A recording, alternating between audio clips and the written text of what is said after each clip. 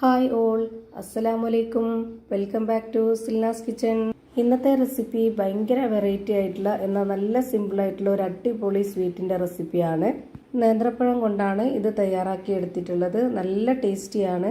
കുട്ടികൾക്കും വലിയവർക്കൊക്കെ ഒരുപോലെ ഇഷ്ടാവും. അപ്പോൾ ഇതെങ്ങനെയാണ് തയ്യാറാക്കുന്നതെന്ന് അറിയാനായിട്ട് വീഡിയോ സ്കിപ്പ് ചെയ്യാതെ മുഴുവനായിട്ടൊന്ന് കണ്ടു നോക്കണേ. റെസിപ്പിയിലോട്ട് കിടക്കുന്നതിന് മുമ്പായി സിൽനാസ് കിച്ചൺ ചാനൽ ആദ്യമായിട്ട് കാണുന്നവരാണെങ്കിൽ പ്ലീസ് ഒന്ന് സബ്സ്ക്രൈബ് ചെയ്തേക്കണേ. ഒപ്പം തന്നെ ഈ വീഡിയോസ് നിങ്ങൾക്ക് ഇഷ്ടപ്പെടുകയാണെങ്കിൽ ഒരു ലൈക്ക് ചെയ്ത് ഷെയർ ചെയ്ത് ഹൈപ്പ് ചെയ്ത് സപ്പോർട്ട് ചെയ്യാനും മറക്കരുത്. ഇനി നമുക്ക് ഇതെങ്ങനെയാണ് തയ്യാറാക്കുന്നതെന്ന് നോക്കാം. ഇതിനായിട്ട് ആദ്യം തന്നെ നല്ല പഴുത്ത 2 നേന്ത്രപ്പഴം എടുത്തിട്ടുണ്ട്. മീഡിയം പഴുപ്പായിരുന്നാലും കുഴപ്പമില്ല. ഇതുപോലെ നന്നായിട്ട് പഴുത്തു പോയതാണെങ്കിലും കുഴപ്പമൊന്നുമില്ല. ഇതുപോലെ നന്നായിട്ട് പഴുത്ത പഴത്തിൽ ചെയ്യുമ്പോഴാണ് ഒന്നുകൂടി ടേസ്റ്റ് ആയിട്ട് തോന്നിയിട്ടുള്ളത്. ഇനി ഈ പഴത്തിന്റെ 2 അറ്റം ഒന്ന് കട്ട് ചെയ്ത് കൊടുക്കുന്നുണ്ട്. എന്നിട്ട് ഈ പഴം 2 ആയിട്ടൊന്ന് കട്ട് ചെയ്തെടുക്കാം.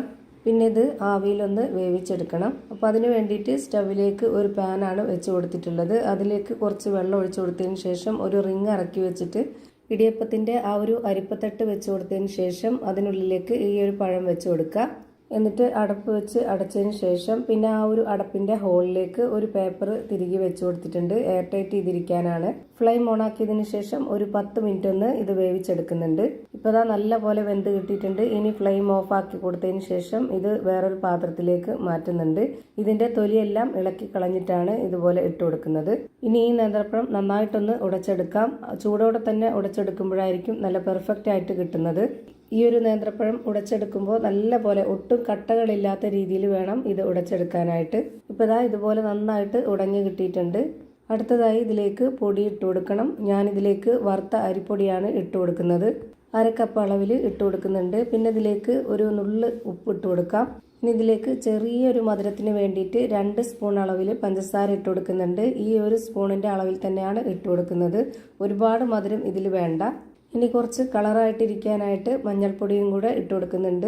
യെല്ലോ ഫുഡ് കളർ ഉണ്ടെന്നുണ്ടെങ്കിൽ അത് ഇട്ട് കൊടുക്കാം. അതുമല്ലെങ്കിൽ നമുക്കിത് നിർബന്ധമൊന്നുമുള്ള കാര്യമൊന്നുമല്ല. വീട്ടിൽ നമ്മൾ വെറുതെ തയ്യാറാക്കുന്നതിന് ഈ കളറിൻ്റെ ഒന്നും ആവശ്യമില്ല. വീഡിയോയ്ക്ക് കാണാനൊരു ഭംഗിക്ക് വേണ്ടി മാത്രം ഇട്ട് കൊടുത്തിട്ടുള്ളതാണ്. ഇപ്പോൾ ദാ ഞാൻ ഈ മാവ് നല്ലപോലെ കുഴച്ചെടുത്തിട്ടുണ്ട്. ഇനി നമ്മുടെ കയ്യിൽ കുറച്ച് ഓയിലോ നെയ്യോ എന്തെങ്കിലും ഒന്ന് സ്പ്രെഡ് ചെയ്തതിന് ശേഷം ഇതിൽ നിന്ന് കുറച്ച് മാവ് എടുത്തിട്ട് ഇതേപോലെ നന്നായിട്ടൊന്ന് ഉരുട്ടി ഇതുപോലെ നീളത്തിലെടുക്കുക. എന്നിട്ട് അതിൻ്റെ അറ്റ ഭാഗത്തുനിന്ന് ഇതുപോലെ ചെറുതായിട്ട് നമ്മൾ എടുത്തിട്ടൊന്ന് ഉരുട്ടി ഈ ഒരു ഷേപ്പിലൊന്ന് റെഡിയാക്കി എടുക്കുന്നുണ്ട്. ഓരോരുത്തർക്കും ഇഷ്ടമുള്ള വലിപ്പത്തിൽ ഷേപ്പിൽ ആകൃതിയിലൊക്കെ റെഡിയാക്കി എടുക്കാവുന്നതാണ്. ഞാനിപ്പോൾ ഈ ഒരു ഷേപ്പിലാണ് റെഡിയാക്കി എടുത്തിട്ടുള്ളത്. ഇങ്ങനെ ആകുമ്പോൾ കാണാനൊരു ഭംഗിയുണ്ടാവും. അതുപോലെ തന്നെ കഴിക്കുമ്പോഴും നല്ലൊരു പ്രത്യേക ടേസ്റ്റ് ആയിരിക്കും. ഈ ഒരു വലിപ്പത്തിൽ തന്നെ എല്ലാം റെഡിയാക്കി ഒരു പാത്രത്തിലേക്ക് മാറ്റിയിട്ടുണ്ട്. ഇനി നമുക്കിത് ആവിയിൽ വേവിച്ചെടുക്കണം. അതിനായിട്ട് നേരത്തെ നേന്ത്രപ്പഴം വേവിച്ചെടുത്ത അതേപോലെ തന്നെ വെച്ച് കൊടുത്തിട്ടുണ്ട്. ഈ തട്ടിൽ കുറച്ച് ഓയിലോ നെയ്യോ ഒന്ന് സ്പ്രെഡ് ചെയ്ത് കൊടുക്കണം. അല്ലാന്നുണ്ടെങ്കിൽ ഇത് ആവി അടിക്കുന്ന സമയത്ത് അതുപോലെ തന്നെ ഇത് വെന്ത് വരുന്ന സമയമാകുമ്പോഴത്തേക്ക് ഈ ഒരു പാത്രത്തിൽ ഒട്ടിപ്പിടിക്കും. ഇപ്പോൾ ഞാനിതിലേക്ക് മുഴുവനായിട്ടും ഇട്ട് കൊടുത്തതിന് ശേഷം എല്ലാം ഒറ്റയായിട്ട് ഇട്ട് കൊടുത്തിട്ടുണ്ട്. അല്ലാന്നുണ്ടെങ്കിൽ ഒന്നിന് മുകളിൽ ഒന്നായിട്ട് ഒട്ടിപ്പിടിച്ച് വെന്ത് കിട്ടും. ഇനി ഇത് വെന്ത് വരട്ടെ. ആ ഒരു സമയം കൊണ്ട് ഞാൻ ഇതുപോലൊരു പാത്രം വെച്ച് കൊടുത്തിട്ടുണ്ട്. ഇതിലേക്ക് ഇനി 250 ml കപ്പിന്റെ അളവിൽ 3 കപ്പ് പശുവിൻ പാലാണ് ഒഴിച്ചു കൊടുക്കുന്നത്. ഒട്ടും തന്നെ വെള്ളം ചേർത്ത് കൊടുക്കാത്ത നല്ല കട്ടിയായിട്ടുള്ള പാലാണ്. ഈ ഒരു പശുവിൻ പാലിന് പകരം തേങ്ങാപ്പാൽ വേണമെന്നുണ്ടെങ്കിൽ അങ്ങനെയും ചെയ്യാം. ഇനി ഇതിലേക്ക് നല്ലൊരു മണത്തിന് വേണ്ടി ഒരു 5 ഏലക്ക തല്ലിയത് ഇട്ട് കൊടുത്തിട്ടുണ്ട്. ഇനി ഇതൊന്ന് നന്നായിട്ട് തിളച്ച് വരുന്നവരെ വെയിറ്റ് ചെയ്യണം. ഇപ്പോൾ അത് നല്ലപോലെ തിളച്ച് വന്നിട്ടുണ്ട്. ഈ ഒരു സമയമാകുമ്പോൾ നമുക്കൊന്ന് ലോ ഫ്ലെയിമിൽ ഇട്ട് കൊടുക്കാം. പാട കെട്ടാതിരിക്കാൻ വേണ്ടിയിട്ട് ഇതുപോലെ നന്നായിട്ടൊന്ന് ഇളക്കി കൊടുത്ത ശേഷം പിന്നെ ഇതിലേക്ക് നമുക്ക് ഇട്ട് കൊടുക്കേണ്ടത് റവയാണ്. വറുത്ത റവയാണ് ഞാനിതിലേക്ക് എടുത്തിട്ടുള്ളത്. വറുത്ത റവ തന്നെ എടുക്കാൻ വേണ്ടി നോക്കുക, എന്നാലാണ് കൂടുതൽ ടേസ്റ്റ്.